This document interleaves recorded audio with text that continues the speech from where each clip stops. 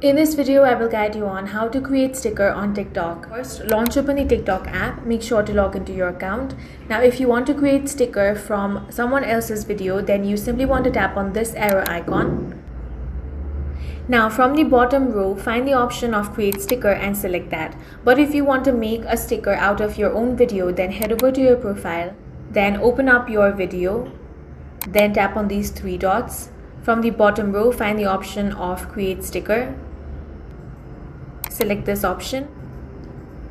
Now you want to select the frame of which you want to make a sticker, then tap on confirm. Now you can trim it or you can add in a text. Once that is done, tap on the done option. Now tap on create sticker. If you want to send this sticker, then go ahead and tap on the send option and you can send it to your friends. In this way, you can easily create a sticker on TikTok. If you found this video useful, make sure to hit the like button and subscribe for more videos like this.